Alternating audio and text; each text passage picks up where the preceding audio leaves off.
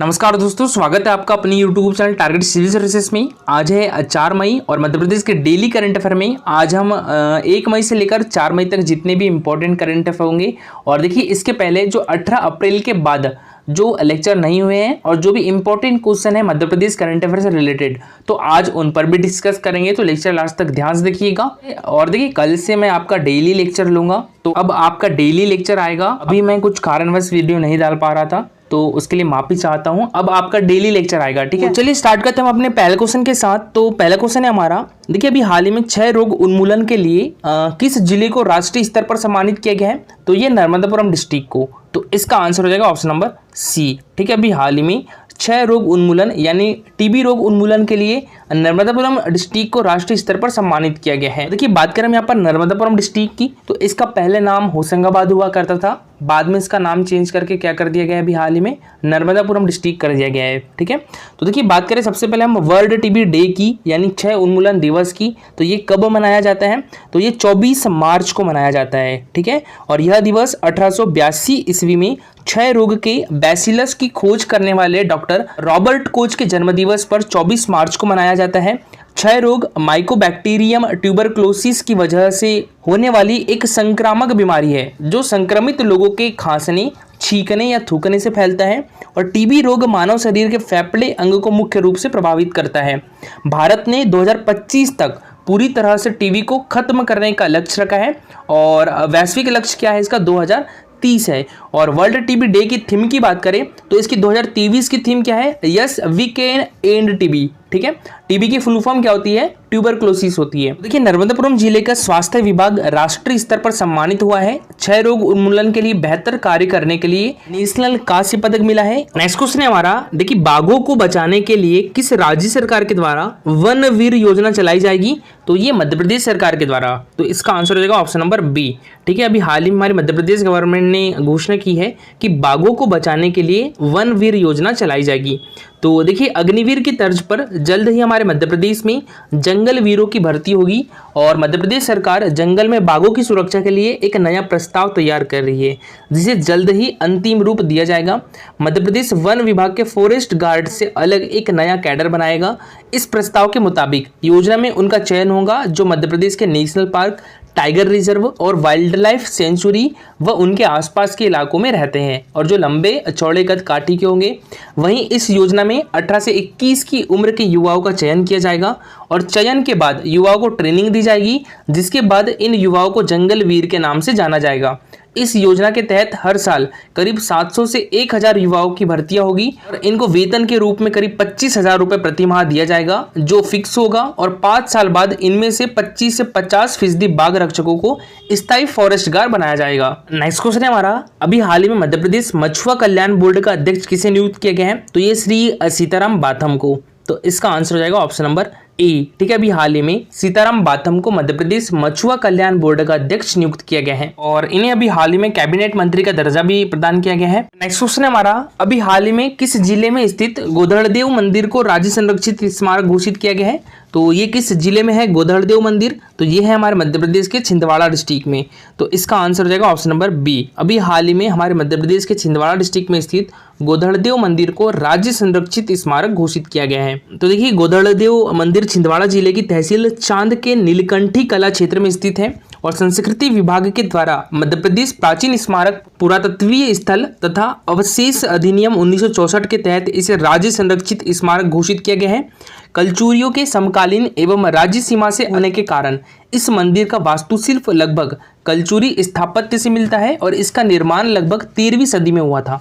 भगवान शिव को समर्पित यह मंदिर भूमित्र शैली का है। भूमि विन्यास में गर्भगृह, अंतराल एवं मंडप है। मंदिर का जंगा तक का पृष्ठ भाग अपने मूल स्वरूप में है, और गर्भगृह भूतली है जिसमें शिवलिंग स्थापित है। नेक्स्ट क्वेश्चन है, और ये मोस्ट इंपॉर्टेंट क्वेश्चन है, हाल ही में भारत निर्वाचन आयोग ने मध्य प्रदेश निर्वाचन आयोग की स्टेट आइकॉन किसे नियुक्त किया है? तो ये संजना सिंह को नियुक्त किया है। तो इसका आंसर हो जाएगा ऑप्शन नंबर बी। अभी हाल ही में भारत निर्वाचन आयोग के द्वारा थर्ड जेंडर संजना सिंह को मध्य प्रदेश निर्वाचन आयोग की स्टेट आइकॉन। और देखिए हमारे देश के मुख्य चुनाव आयुक्त कौन है? तो ये है राजीव कुमार। राजीव कुमार इसके पहले नीति आयोग के उपाध्यक्ष भी थे, ठीक है।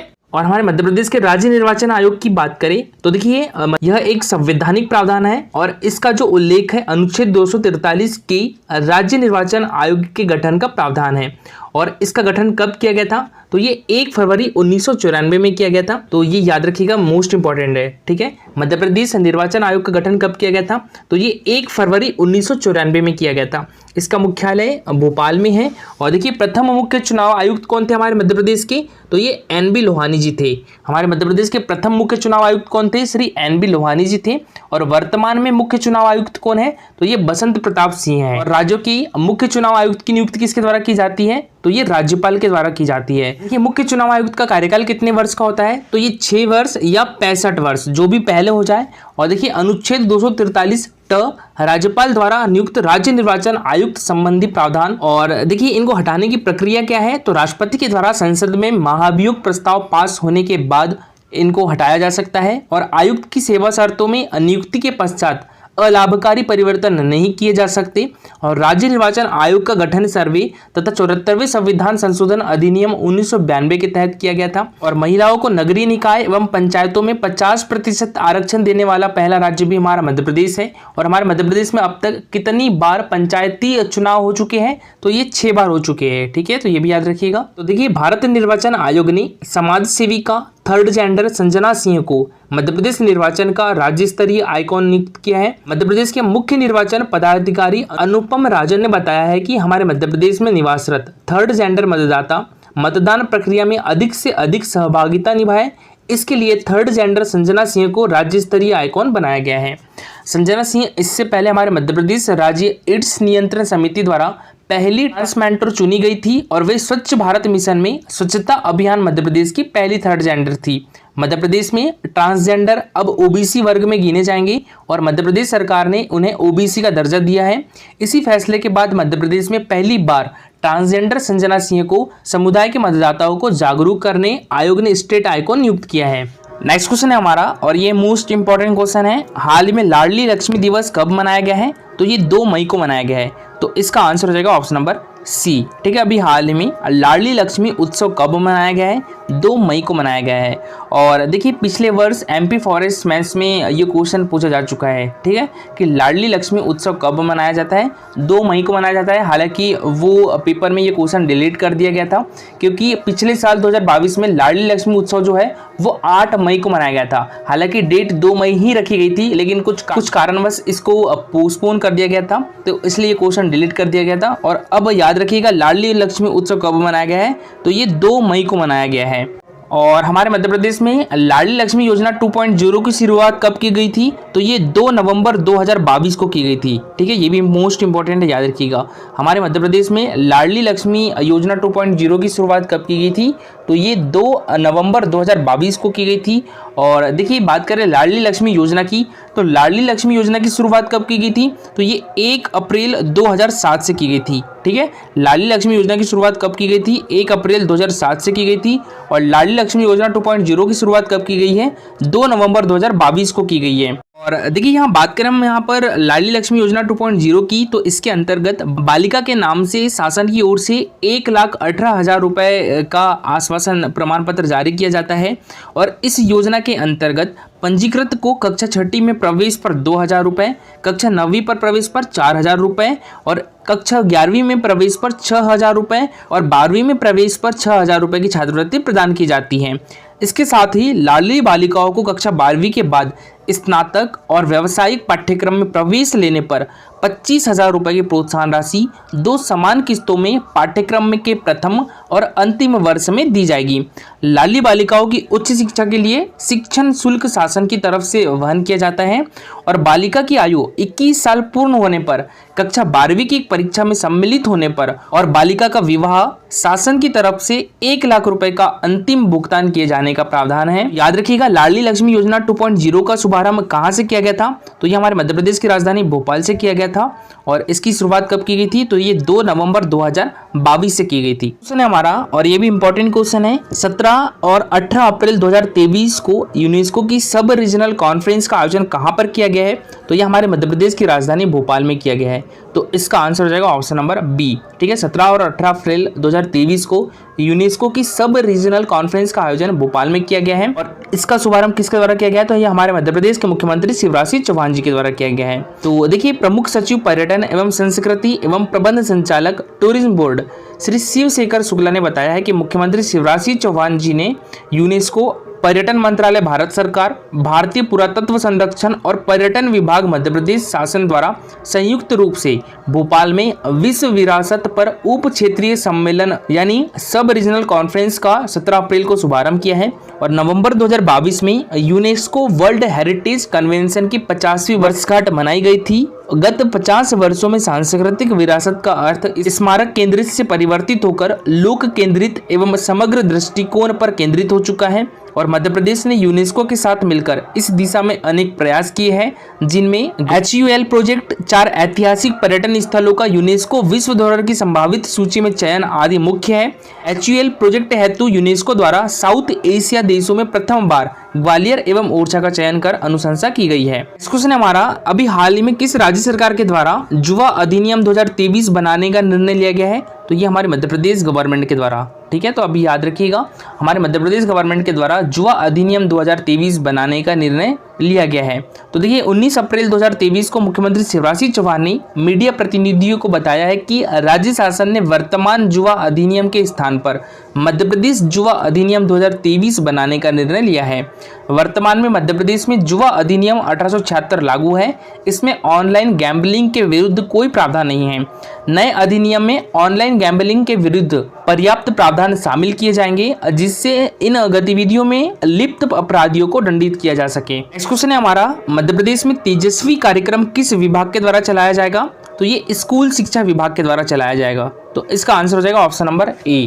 ठीक है, मध्य प्रदेश में स्कूल शिक्षा विभाग के द्वारा तेजस्वी कार्यक्रम चलाया जाएगा। स्कूल शिक्षा विभाग के मंत्री कौन है? तो यह है इंदर सिंह परमार जी। उच्च शिक्षा विभाग के मंत्री कौन है? डॉक्टर मोहन यादव जी है।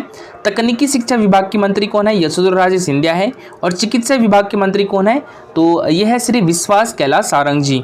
अच्छा, तेजस्वी कार्यक्रम क्यों चलाया जा रहा है? तो ये उद्यमी विकास एवं कौशल विकसित करने के लिए तेजस्वी कार्यक्रम चलाया जा रहा है। तो देखिए, 20 अप्रैल 2023 को मंत्रालय में स्कूल शिक्षा विभाग द्वारा छात्रों में उद्यमी विश्वास एवं कौशल विकसित करने के उद्देश्य से तैयार किए गए तेजस्वी कार्यक्रम के क्रियान्वयन के लिए बहुपक्षीय MOU हस्ताक्षरित किया गया है। सह समझौता पत्र आयुक्त लोक शिक्षण, राज्य ओपन स्कूल एवं सहयोगी संस्था उद्यम लर्निंग फाउंडेशन और द एजुकेशन अलायंस के बीच हस्ताक्षरित किया गया है। नेक्स्ट क्वेश्चन है हमारा, हाल ही में किस शहर में 500 साल पुराना नगर मिला है? तो ये ओरछा में।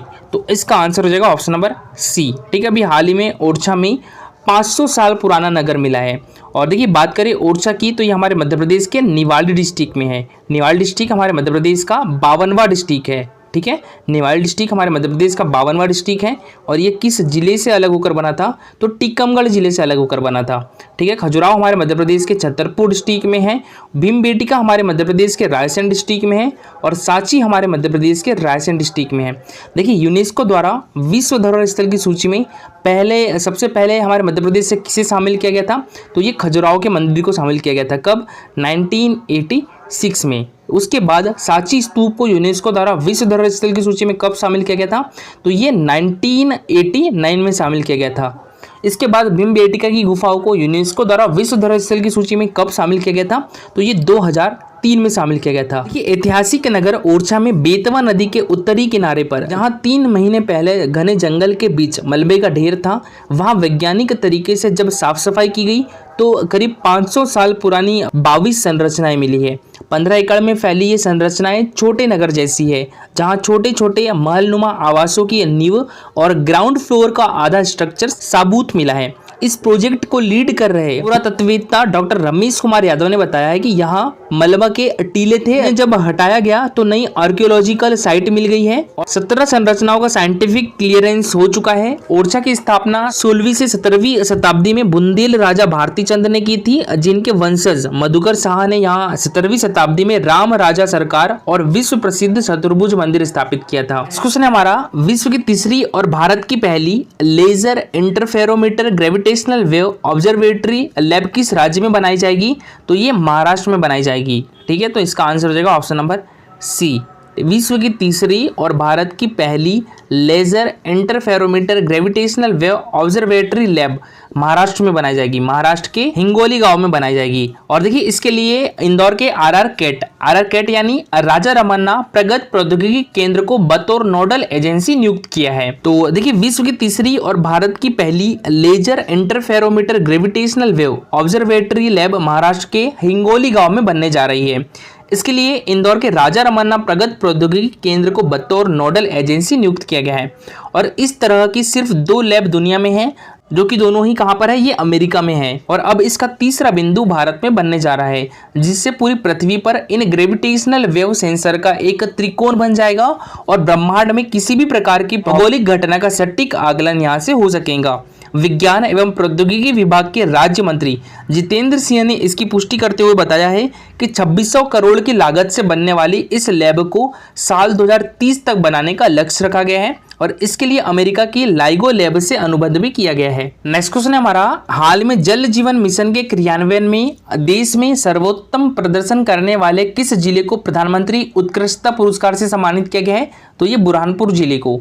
तो इसका आंसर हो जाएगा ऑप्शन नंबर सी। ठीक है, अभी हाल ही में जल जीवन मिशन के क्रियान्वयन में देश में सर्वोत्तम प्रदर्शन करने वाले बुरहानपुर जिले को प्रधानमंत्री उत्कृष्टता पुरस्कार से सम्मानित किया गया है। तो देखिए 21 अप्रैल 2023 को प्रधानमंत्री नरेंद्र मोदी ने न्यू दिल्ली में सिविल सेवा दिवस पर गरिमापूर्ण समारोह में जल जीवन मिशन के क्रियान्वयन में देश में सर्वोत्तम प्रदर्शन करने वाले बुरहानपुर जिले को प्रधानमंत्री उत्कृष्टता पुरस्कार से सम्मानित किया है। बुरहानपुर को देश में पहला हर घर जल सर्टिफाइड जिला बनने का गौरव प्राप्त हुआ है। नेक्स्ट क्वेश्चन है हमारा, हाल में किस क्षेत्र की विद्युत वितरण कंपनी व्हाट्सएप से बिल जमा करने वाली देश की पहली कंपनी बन गई है? तो ये मध्य क्षेत्र विद्युत वितरण कंपनी।